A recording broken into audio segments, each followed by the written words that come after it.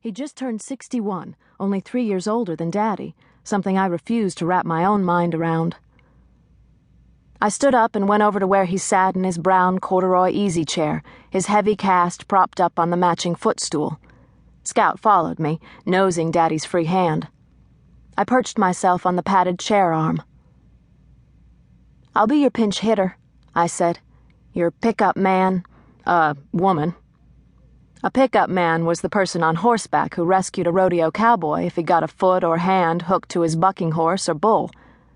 I touched his rough hand with my fingertips and laughed. That doesn't sound quite right. A half-smile softened the worried look on his lined, sun-browned face. "I know what you mean, Pumpkin." His fingers absent-mindedly scratched the outside of the cast, as if the plaster itched. "You're a good girl. But Shauna and Johnny need me. Broken Dishes needs me." The Broken DIS Ranch, affectionately known among the locals in San Celina County as the Broken Dishes, had been in the Darnell family for almost 60 years. When my father and mother moved to the central coast of California from Arkansas 35 years ago, Joe warmly welcomed them into San Celina's insular agriculture community. Joe, then a bachelor, became Daddy's first friend in California. "Anything you can do, I can do better," I sang softly, teasing him. He ran his fingers through his thick, almost white hair.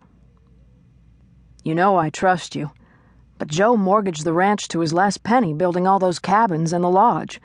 He was sure this dude ranch business was the key to saving his pa's place." His eyes grew misty again. Joe had died before the first set of guests had been scheduled. "Shauna's a smart girl," I said, "and a hard worker." "She's still wet behind the ears, and that wild young buck she married." "She's Joe's daughter," I interrupted, "and I'm your daughter. Don't you think that we two girls inherited a little of our daddy's good sense?" Shauna Darnell Abbott was Joe's only child. I'd come to know her as an adult since she hadn't grown up in San Celina County. Joe and Shauna's mother divorced when Shauna was 2 years old, and she'd been raised in New York with little contact with her father. 2 years ago, when she was 21, her mother died unexpectedly. Shauna came west to visit her father, trying to make up for the years they'd lost. She never returned to New York. When Joe died, she'd been married only 6 months to Johnny Abbott, a local boy Joe had hired as a part-time ranch hand. Johnny, also 23, had spent most of his childhood hanging out in his parents' bakery in Paso Robles or riding his skateboard in front of the public library.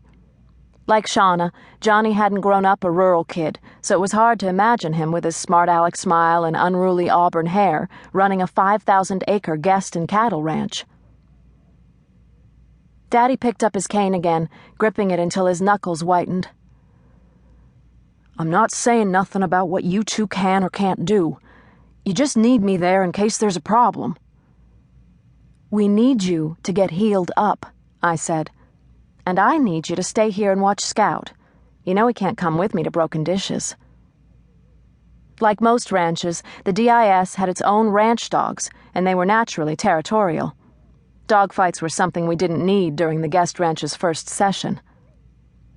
Besides, you know as well as I do that the ranch's sleeping arrangements are limited. All the cabins and lodge rooms are booked for guests, so that would leave you in the bunkhouse with the Wranglers. I don't think you'd find those narrow beds too comfortable right now. Daddy frowned at his toes poking out of the cast and didn't answer. He knew I was right, but was still frustrated. I walked over to the picture window. It was late January, and the hills surrounding the Ramsey Ranch, where I grew up, were the bright, unbelievable green common to the Central Coast this time of year. In the circular driveway, my husband, Gabe Ortiz, San Celina's police chief, was bent over the open hood of my semi-new Purple Ranger pickup, working on the engine.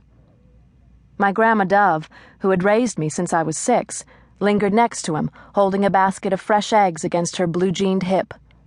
Her white braid switched back and forth like a mare's tail as she told him some elaborate story, gesturing wildly with her free hand.